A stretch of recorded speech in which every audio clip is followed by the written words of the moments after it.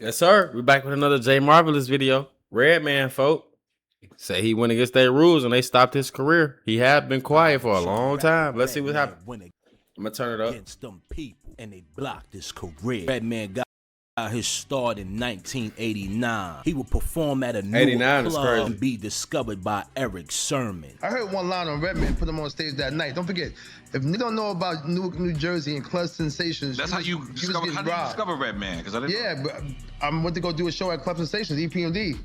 And that's in Newark. Newark. Brick City. 89 at the 90. So Reggie is brought in by Do It All from Los Underground. Okay. He's not Los Underground yet. Okay. So Do It All rhymes, and he says, "Yo, my man rap." Reggie said a rhyme like I float like a butterfly, sting like the rock crew. So he already had me because y'all thought you were gonna say float like a butterfly, sting like a bee. He didn't say that metaphor. So I put him on stage that night. Didn't even know him. Just freshly like whatever. It's like they're like, "Yo, what's Reggie doing? What's Redman doing on stage?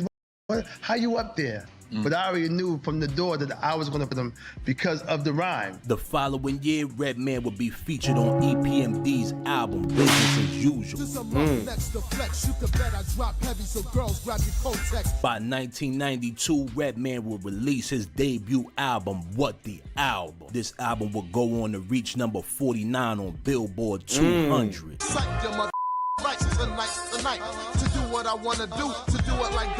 But the following year, Redman would have to pay the price as he would climb the ladder in the music industry. Mysteriously, he would lose his best friend Rockefeller. But by 1996, Redman would become one of the top hip-hop artists. Then you got Rockefeller Records.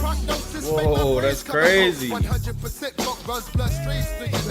the early 2000s, Redman would be considered a household name. Him and Method Man would release the movie How High, which opened him up to a whole new fan base. Not to mention his 2001 Cribs episode, which he would later reveal was all fake. That was the whole thing of the show. Like, I ain't have nothing to do with their platform of the show. Their show was to show artists living lavish in the house, and Crib episode was definitely iconic as well. Before I even did it, I was like, damn, every damn artist's house is just clean and shit. And you know, that's how they really living. Like, really no furniture. All the furniture is neat and shit and all over the. I was like, nah. I said, for some reason, I feel like some of them motherfuckers just renting the house to do that.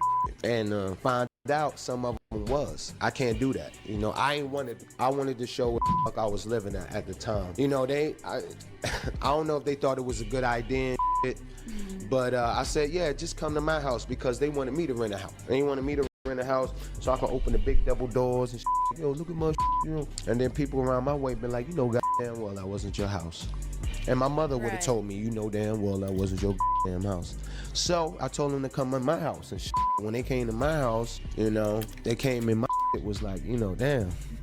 You know, you sure you want to do it in here? I was like, yeah, I want to do it in here. And it came at a up time too. They told me this time, and it came at an earlier time, like what, 8 in the morning, and I'm still in the bed and that's why my cuz was still asleep on the floor, because we had I was, you know, working in the studio or whatever. He was still sleeping.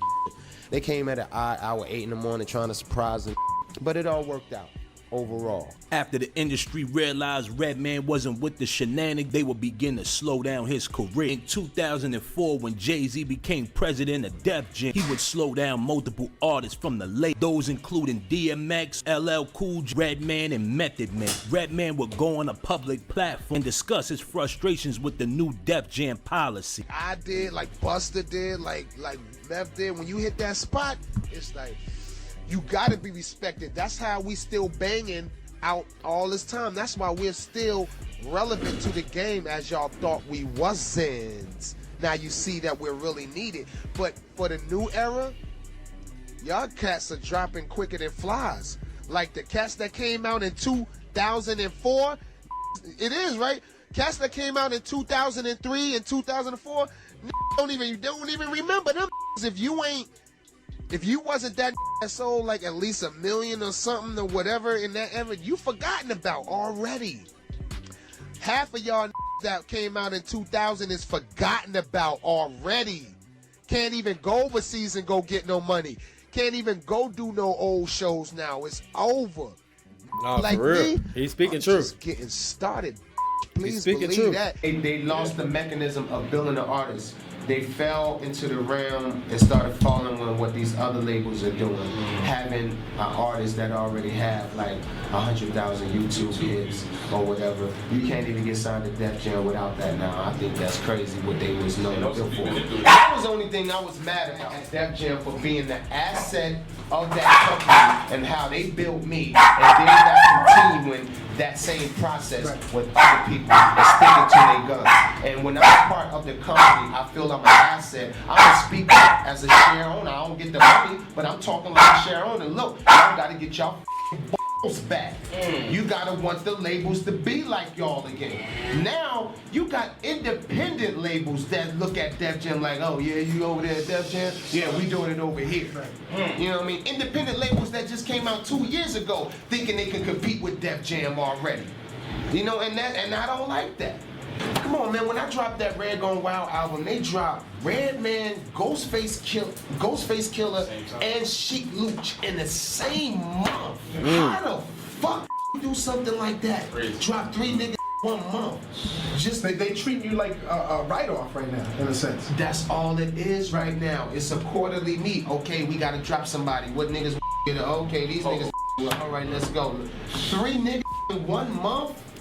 That's unheard of with the same money for promotion. We all got the same little one. All right, you get the BET run, go ahead, bang. Get the Sunday ring, ba ba ba, bang. The same little major thing, then you on your own. Shortly after releasing this information, Redman would be dropped from the label. He would go on to release his albums independently and take a hiatus from the spotlight. But in 2021, he would be offered a position on the TV show Power. And guess who I'm shooting a scene with today? Y'all never guess. That's right, y'all. Funk Doc is on the scene with your brother. Yes, sir. I'm playing this bruh on Ghost Power Book 2, and it's gonna be fire. Fire. So y'all stay tuned, man. We'll keep locked in, you know what I mean? Shortly after, Redman would reveal that he wasn't trying to get down. I walked away from Power. I walked away from Power after the 2nd episode because I wasn't getting I walked away. And sometimes that means that's what I'm saying. You have to stand your ground. Like what Power have been a game changer for me. Yes, the money was good. It's a well-known show that could have helped my career, but is my health less important than being on the show? No, my health is more important to me, and I had to make a choice. Either I was going to sacrifice myself with this third world order bullshit, or I just walk away, and I walk away. Shortly after standing his ground, Redman would reveal that the industry wasn't rocking with him no more. You and Meth get to hang out a lot these days still? Hell no. No? No. We do shows and we come back home. I don't hang out with a lot of rappers at all. Why not? I don't. That's work. Yeah. This is work. You would think they was together all the time. Inclusive with our movement. Like once we off the road, we like, all right, you got family to deal with. I got shit I got to do. My circle is very small. After seeing that the industry was all fake, Redman would bring awareness to human shit. And I'm drilling them right now. And I'm telling them to not accept anything. Be sure to like. Since being blackballed from the industry, Redman decided to release all his music on his own. Let me know what y'all think. Redman go against wow, that's crazy, bro. All right, man. Hit the like button, the subscribe button, notification bell. Yeah, that's crazy, bro. Shout out Jay Marvelous, man. You already know what's going on with me, though. I'm gone, bro. God damn. Cushy, I love the hey, cushy, I love to use it. It's therapeutic, flow sick. Ain't throwing up. It's therapeutic,